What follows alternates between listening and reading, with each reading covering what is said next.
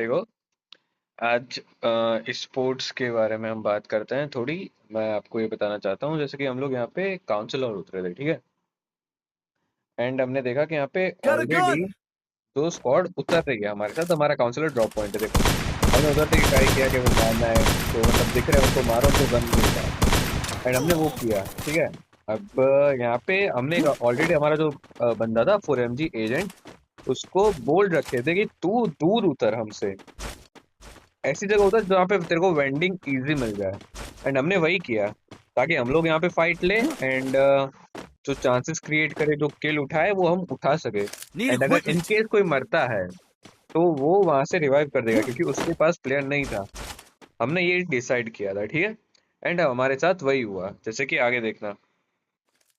जैसे कि यहाँ पे देखो, यहाँ पे बंदे आ गए, ठीक है। एंड एनिमी अभी देखो उन पे रश आ गया था। मेरे दोनों प्लेयर प्रथम और केविन पर उन पे रश आ गया, और एक बंदा ऊपर से कूदा था। इसको मैंने पीछा कर लिया somehow, उन पे कूदा। फिर हुआ क्या, उन लोगों पे वो लोग गए थे आगे, ताकि मतलब एक बंदा अगर उनको दिखा था तो उनको लगा कि एक बंदा, तो पूरी स्क्वाड थी उधर। एंड वही हुआ उनके साथ। वो लोग आगे गए थे और यहाँ पे केविन डाउन हो गया और प्रथम भी डाउन हो गया। मैंने ट्राई किया कि मैं मार दूं, एंड मैं भी डाउन था। तो सामने उनके दो बंदे डाउन थे और हम तीन डाउन थे। तो हमने वही किया। हमारा एक प्लेयर देखो, वो अभी श्राइन्स जा रहा है चेकर मार के, ताकि उसको कोई बंदा ना मिले। एंड उसने Head to the टोकन भी अच्छे vending कलेक्ट कर machine! रखे थे। एंड टू दिस रीजन हम लोग वापस रिवाइव हो गए। मतलब अगर क्लैश अपने ड्रॉप पॉइंट पे अगर क्लैश हो रहा है, या तो दो से ज्यादा स्क्वाड उतरी है आपके ड्रॉप पॉइंट पे, तो बेटर यही है कि एक बंदा पीछे जाओ एंड वो वेंडिंग के पास कोई सिक्योर पोजीशन, मतलब कोई भी पोजीशन, एक अच्छी पोजीशन सेटल कर दो वहां पे, ताकि अगर कोई अपना प्लेयर डाउन हो रहा है तो उसको रिवाइव मिले। So I hope you understand this. And better यही रहेगा कि अगर आप क्लैश कर रहे हो, ड्रॉप पॉइंट हो रहा है, तो आपके मतलब ड्रॉप पॉइंट पे सिर्फ एक स्क्वाड उतरी है, तो Need money for you items. Can fight with them. आप क्लैश ले सकते हो उनके साथ। Need equipment! कहीं अगर दो से ज्यादा स्क्वाड है, ड्रॉप पॉइंट से पीछे नहीं हटना है। बस एक एक बंदे को बोलना है जो तुम्हारा स्नाइपर रहेगा या कोई भी एक असॉल्टर रहेगा, उनको बैक होने को बोलना है कि भाई यहाँ से तू थोड़ा पीछे रह जा, वेंडिंग के साइड रह जा, कोई दूसरी जगह आसपास वेंडिंग हो वहां पे चले जा। Need और equipment! अगर तुम्हारे पास से ही वो जा रहा है तो उनको सारे टोकन दे के भेजो, ठीक है। उससे बढ़िया कोई चीज नहीं है। जैसे कि यहाँ पे एक प्लेयर थे, मतलब हम लोगों ने स्पॉट किया था कि आगे बंदे हैं, चार पूरे स्क्वाड थे, हम चेकर वेकर मार के आए थे। एंड लगा था कि लॉन्च पैड हम यूज करके ऊपर चढ़े, लेकिन उससे एक डिसएडवांटेज ये मिलता कि वहाँ के जो बंदे थे वो ओपन फायर हमें इजीली मार सकते थे। तो मैंने एक बेट किया, मैं यहाँ से गया ताकि उनको पता चले कि मैं एक प्लेयर यहाँ से है, सो मैं एक ओपनिंग क्रिएट कर दूं अपने प्लेयर्स के लिए, जो वहां से मतलब इंतजार करके बैठे हुए हैं। मैं उनके लिए एक ओपनिंग क्रिएट कर दूं कि भाई यहाँ पे उनका ध्यान आए एंड वो लोग यहाँ पे मेरे पे ध्यान दे, सो दैट वो लोग रश करे आगे।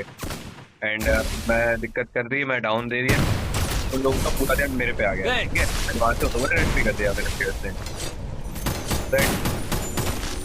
ये देख रहा है अभी कैसे ये लोग रश कर रहे हैं, वो देखो आप।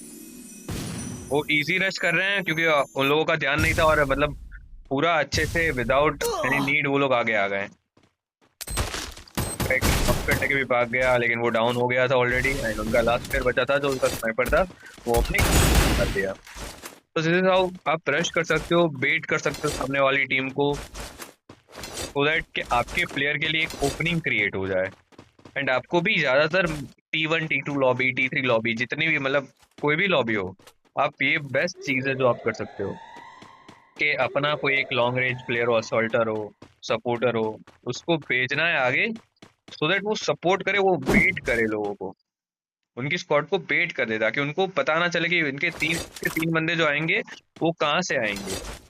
ऐसे टाइम पे आपके लॉन्च पैड स्ट्रेटेजी बिल्कुल काम नहीं आती कि भी लॉन्च पैड लगा के आप ऊपर जा रहे हो, नहीं, बिल्कुल काम नहीं आती, क्योंकि आप ऊपर चढ़ोगे आपको चारों साइड से पड़ेगी। इसीलिए वो चीजें आपको कभी नहीं करनी है, एंड वो चीजों का ध्यान रखना है। ये बेट वाली strategy is the best thing which you can do right now with in this situation. देखो यहाँ पे मेरे साथ क्या होता है, मैं यहाँ पे जा रहा था एंड मेरे को पता नहीं था कि यहाँ पे प्लेयर है। ठीक है, तो मैं आया एंड देखा, मैं तभी मेरे सामने पूरी स्क्वाड उधर को, मतलब अभी मेरी स्क्वाड के साथ और दो स्क्वाड एक्स्ट्रा है इस छोटे से मतलब कंपाउंड, दो कंपाउंड को मिलाकर दो स्क्वाड एक्स्ट्रा है ऑलरेडी। एंड वही हुआ, जैसे कि मैं अपने प्लेयर्स को बोला कि कोई भी नीचे नहीं उतरेगा, चाहे कुछ भी हो जाए, कितने भी डाउन निकल जाए, जब तक मैं ना बोलूँ तब तक कोई नहीं उतरेगा। एंड आईटीएल का यही काम होता है, आईटीएल को सब कुछ ये संभालना होता है, अपने प्लेयर्स को जो चीज़ें रहती है उनको फॉलो करवानी रहती है उनका। और एक आईटीएल की बात कोई टालता भी नहीं है, आपकी स्क्वाड एक बहुत अच्छा प्रदर्शन करे उस जगह पे। एंड जैसे मेरा कॉल आया कि भाई नीचे जाओ अब, एंड वो लोग नीचे गए, उस टाइम तुरंत गए कि भाई अब नीचे चले जाओ, स्किल्स उठा लो, क्योंकि उनकी दो स्क्वाड की फाइट ऑलरेडी चल रही थी। एंड हम लोगों ने सारे किल्स उठा लिए जितने भी पॉसिबल थे वहाँ पे, सब किल्स उठा लिए। तो थर्ड पार्टी में पहले मतलब अगर दो स्क्वाड लड़ रही है ऑलरेडी वहाँ पे, तो तभी थर्ड पार्टी करना होता है। ऐसा नहीं कि भाई टोटल 3 स्क्वाड है ऑलरेडी वहाँ पे, मतलब हमारी और 2 स्क्वाड अलग है तो हम पहले फायर करें, ऐसा नहीं करना है कभी। तो आप जो भी पहले फायर देगा 3 स्क्वाड में से, वो पक्की मरेगी, वो पक्का मरेगी, जो भी फायर देगा वो पक्का मरेगा। तो ये चीज़ों का ध्यान रखना है स्क्वाड में। एंड गेम के टाइम बाकी कोई भी लॉबी हो आप कर सकते हो ठीक से। आपने एंजॉय किया हो देन लाइक शेयर सब्सक्राइब कर देना, शेयर कर देना अपने दोस्तों को कि भाई ये जो स्पोर्ट्स स्ट्रेटेजी है वो बहुत काम की है। Thank you.